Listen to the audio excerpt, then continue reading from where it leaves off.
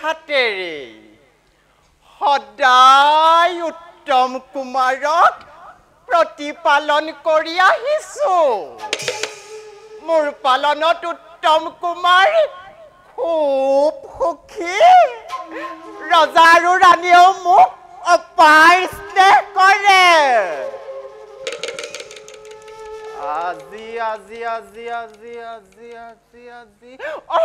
আজি কুমাৰ উত্তমৰ জন্মদিন কুমাৰৰ মংগলৰ কাৰণে যথোবিহিত দক্ষিণা কৰিব উত্তম ৰাজে যাত্ৰী হিচাপে ময়ো সেই দক্ষিণা গ্ৰহণ কৰা উচিত বিদুষিনী বিদুষিনী বিদুষিনী না না বিদুষিনী না তোমাক মই বাৰে বাৰে বাধা দিয়াৰ সত্ত্বেও মোৰ বাধা অতিক্ৰম কৰি তুমি সদায় সৰুৰাণীৰ ওচৰত উপস্থিত হোৱাগৈ কোৱা বিদুষিনী তুমি মোৰ বাক্য পালনত কিয় অৱহেলা কৰিছা উচিত উত্তৰ দিয়া না মই যে উত্তম কুমাৰক বৰ ভাল পাওঁ সৰুৰাণীয়েও মোক অপাৰ স্নেহ কৰে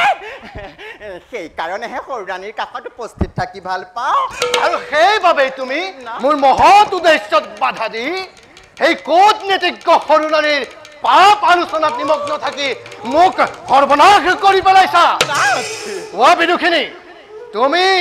আজিৰ পৰা সৰুৰাণীৰ কাষত উপস্থিত হ'ব নোৱাৰা সৰুৰাণী কূটনীতিজ্ঞ বুলি আপুনি কেনেকৈ জানিলে আকৌ মই সকলো জানো সৰুৰাণীৰ কাৰণেই বৰৰাণী সুনীতি আৰু বাছা ধ্ৰুৱ অৱহেলাৰ পাত্ৰী হৈ পৰিছে একেই ৰজাৰ সন্তান উত্তম কুমাৰে পাইছে ৰজাৰ অনুগ্ৰহ আৰু ধ্ৰুৱ কুমাৰে পাইছে ৰজাৰ অনাদৰ কোৱা এয়া কি অন্যায় নহয় অন্যায় সেইবিলাক আপোনাৰ আলোচনাৰ বিষয় নহয় ৰজাৰ আগত যদি এইবিলাক কথা প্ৰকাশ কৰো নিশ্চয় আপোনাক দোষী সাব্যস্ত কৰিব তেতিয়া আপুনি কি কৰিব না তাৰ বাবে এই দিনলৈ অলপ ভয় নকৰে শুনা আজি মোৰ শেষ বাধা তুমি সৰুৰাণীৰ কাষত উপস্থিত হ'ব নোৱাৰা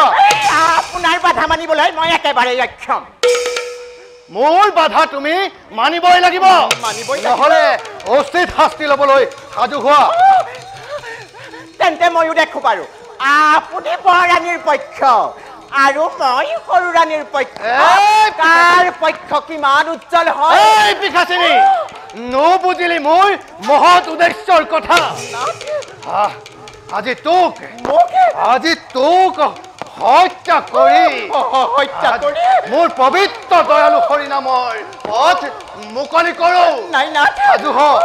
সাজু হ বিদুষিনী তই মৃত্যুৰ বাবে মোক হত্যা নকৰিব নাৰী হত্যা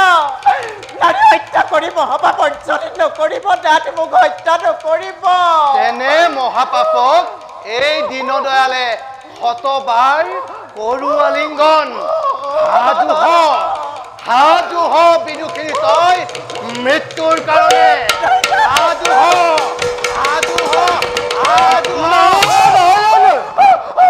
দীনদয়াল পবিত্ৰ হৰিভক্ত হৈ চাণ্ডালৰ কামত কিয় আগবাঢ়িছা হৰিভক্তৰ ইমান ক্ৰোধ অনুচিত নাৰী হত্যা মহাপাপ দীনদয়াল ক্ৰোধ সম্পাদন কৰা দেৱৰ্ষি মোক বাধা নিদিব এই পিখাচিনীয়ে বিস্তাৰ নকৰো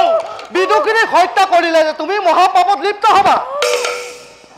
তুমি হৰিনাম গাই পুণ্য সঞ্চয় কৰিছা সেই পুণ্য বলত বৈকুণ্ঠ ভৱনত তুমি এদিন স্থান পাবা কিন্তু এই মহাপাপ কৰিলে ঘোৰ নৰকত পৰিবা গতিকে তোমাক আমি নৰকগামী হ'বলৈ এৰি দিব নোৱাৰো আমাৰ কথা ৰাখি বিদুষিনী গাইবাৰলৈ ক্ষমা কৰা দেৱৰ্ষি আপোনাৰ কথা ৰাখি এইবাৰলৈ বিদুষিনীক ক্ষমা কৰিলো কিন্তু এনে কাম কৰিবলৈ হয় তেন্তে মই সদায় নেৰো মই আহিলো দেৱৰ্ষি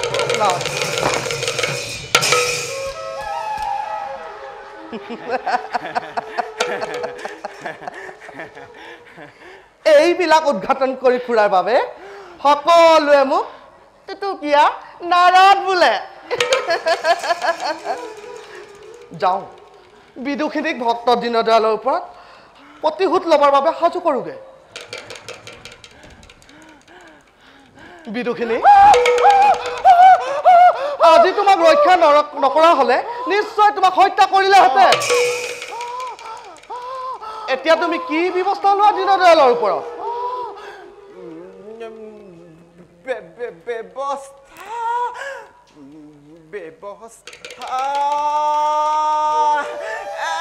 মই এইবাৰ ভক্ত দীনদয়ালৰ ওপৰত উচিত ব্যৱস্থা ল'ম সৰু ৰাণীৰ হতুৱাই তেওঁকো হত্যা কৰাম কেনে হ'ব দেউৰীষি নাৰায়ণ হত্যা কৰাতকৈ মোৰ ওচৰত এটা সহজ উপায় আছে মোৰ ওচৰত এটা ঔষধ আছে সেই ঔষধ যদি তুমি দীনদয়ালক পৰীক্ষণ কৰাব পাৰা দেউৰীষি তেতিয়া দীনদয়াল উন্মাদ হৈ উঠাব আৰু তেতিয়া তুমি দীনদয়ালক খেলাৰ পুতলাৰ দৰে নচুৱাই থাকিব পাৰিবা নিশ্চয় দেউৰীষি লোৱা এই ঔষধ লোৱা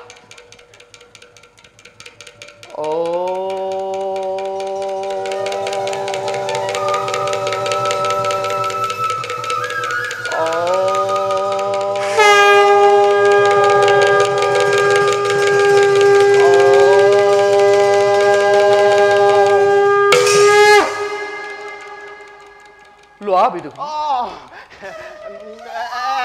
দিয়ক দিয়ক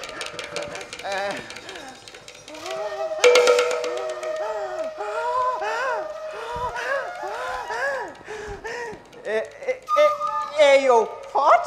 নিশ্চয় ভক্ত দীনদয়ালক ভক্ষণ কৰাম দেউৰীষি মই এতিয়া আহিলোহে সৰু ৰাণীৰ লগত এই বিষয়ে আলোচনা কৰোঁগৈ সৰু ৰাণী যোৱা বিদুখিনি যোৱা ময়ো এতিয়া অন্য স্থানে গমন কৰোঁ